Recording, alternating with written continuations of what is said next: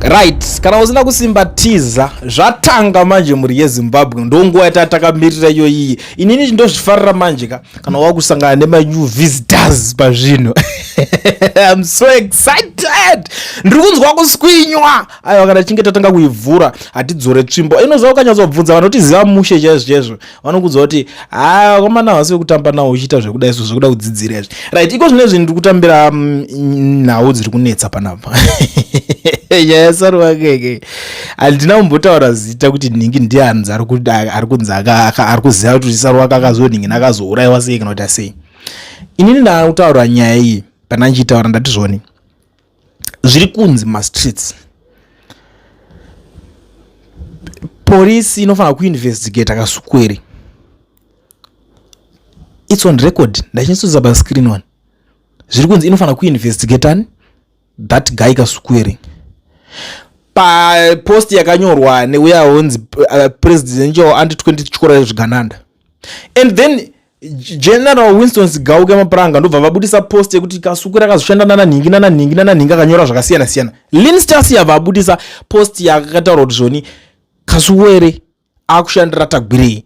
So ndapava ta analyze akati iwo haukamu kuti iwo unonzi wakushandirani iye akafa but aishandira iwe makazinge musingachawirirane at the end of the day. Ndo nyaya ndandingotaura chete handiti.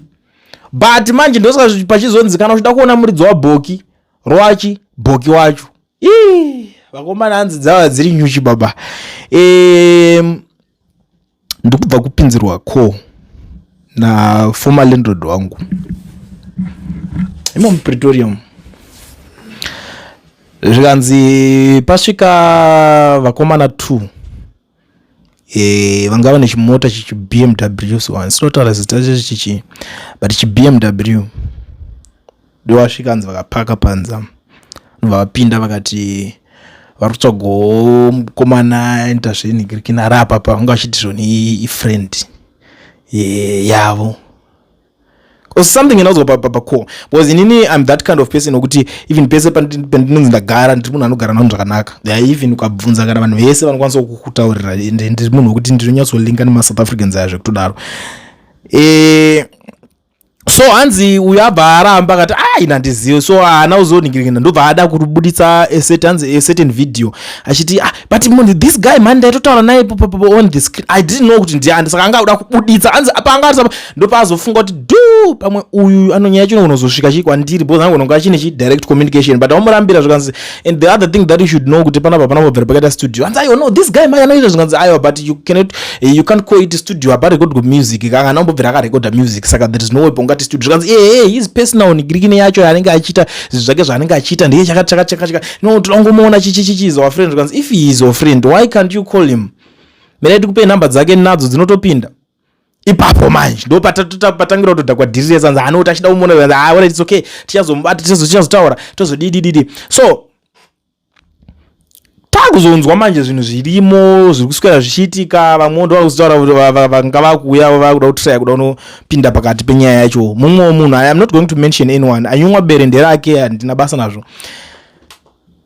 Ente ndopata so kutadzirana kunowanika tinokwanisa ngokumbira regerero totaurirana toita sei nyaya idzo dziri kufamba dzokuti hanzi nigirikina akazofa sei sinyaya yekunigirikina stereki tinokwanisa kutaurirana munhu akafa pakafiwa apo and then they are claiming kuti aiwa isusu toziva nyaya idzi but hatisuda kungozvitaura chete. Saka kana uchiziva information uri kutadza nekungozvitaura uri kuzvichengetera chii hama dzake dziri kutsvaga information kuti munhu akafa sei and then iwe wakangogara ikoko neinformation wakati aiwa uri kudedzera kuti haisa tidi kungozvitaura saka zvikagara muchesti mako zvinoshanda chi.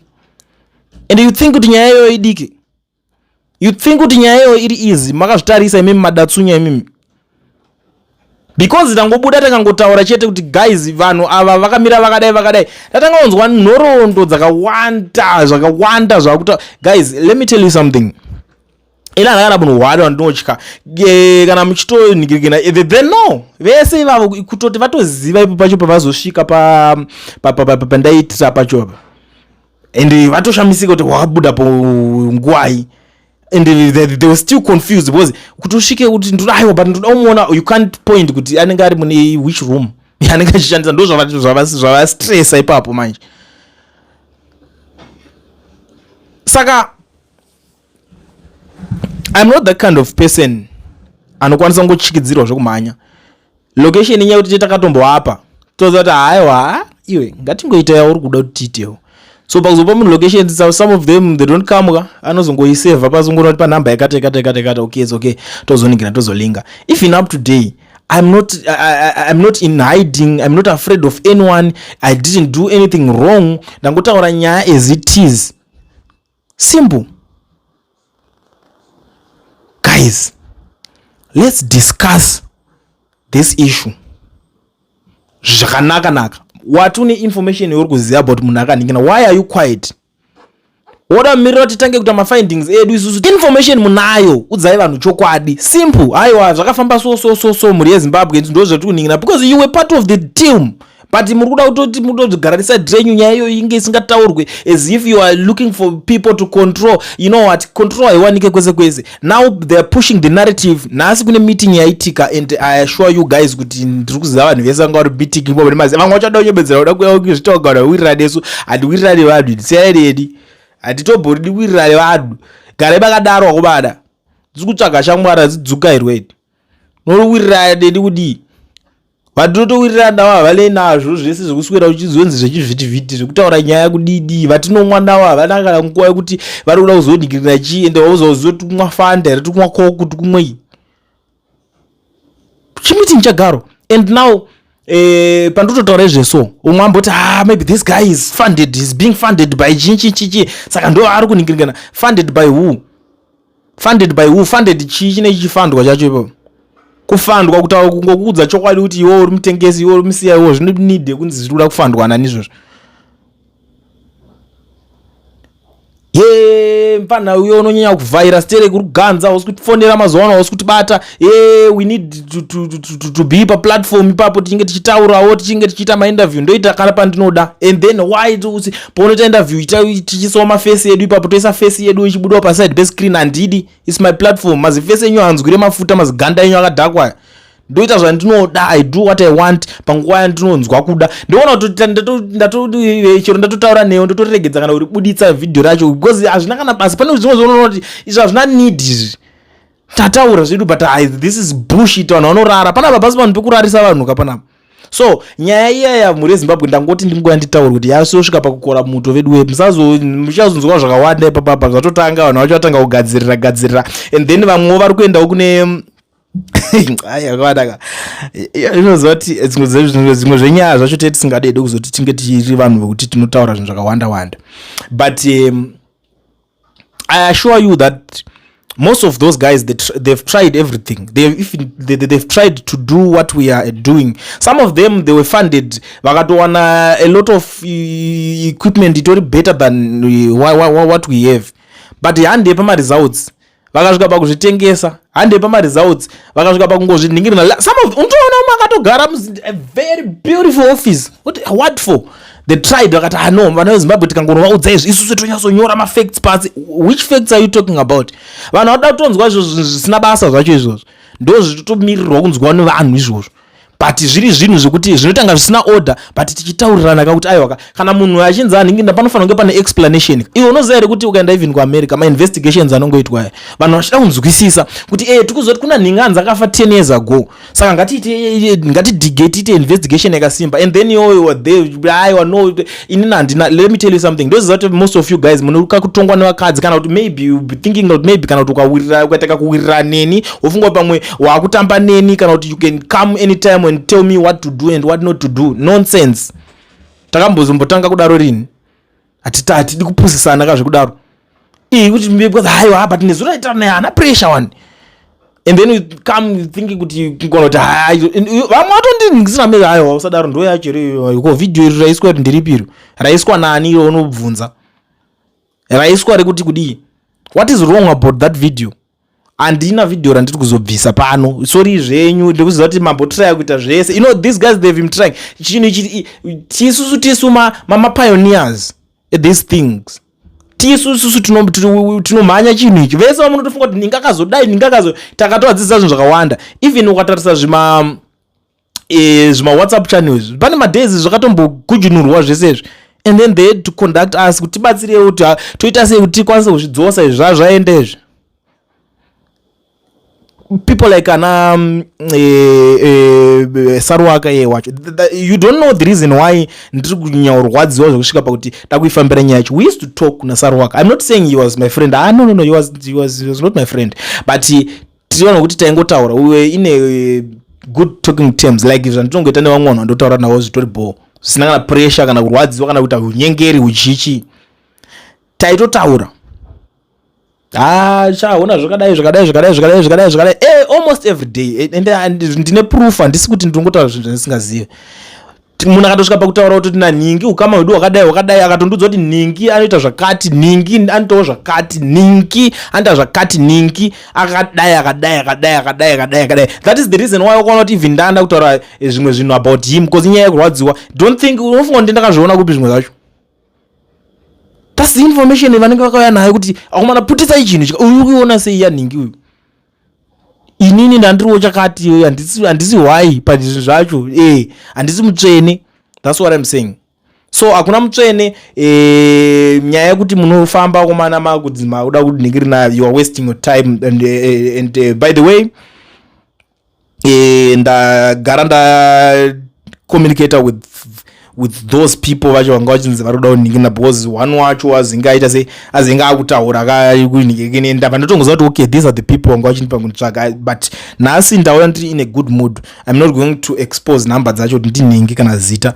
Tinoda kuti tingotaura nyaya iyoyi tichigumira ipapapa. Muzvibata vakomana, hapana kana chamunomboita kana ka1 zvamakatoitako makaitoita kune ivavo zvakatoperera ipapo. Kunoku kumakata mumakwidze makata you start chaiyo ma1 mazino. Don't come kuti kana kuti mozondonanga pamwe ndiri munhu wekuti ndiri kuda kurwira kana zvekuti nanzi kana tuhondo tumwe turi kuitwa mazuva ano kuti ndonzwa vanhu vanza ndokurwira zvima WhatsApp channel and stuff.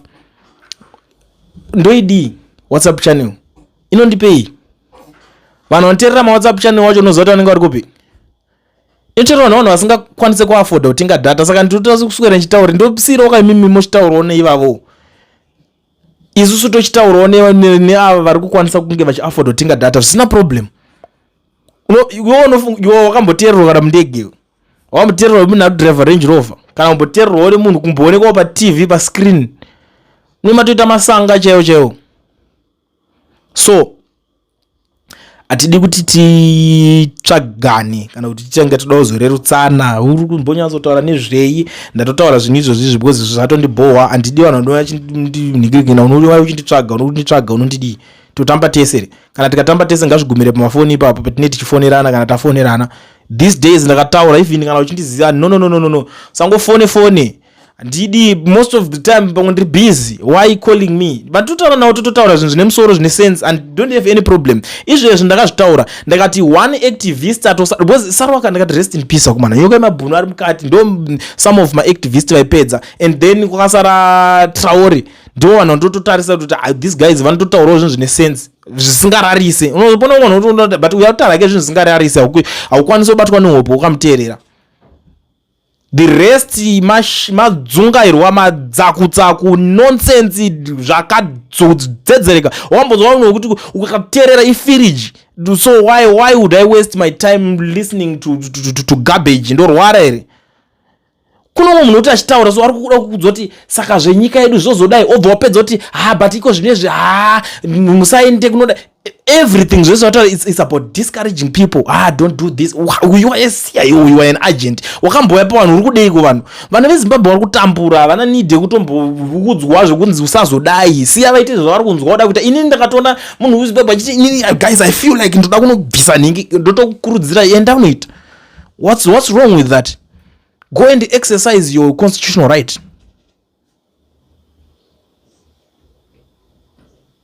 So you want me to stop people to exercise their constitutional right? Ndakamira pai. You want me to discourage people to exercise their constitutional right? Ndiri ani?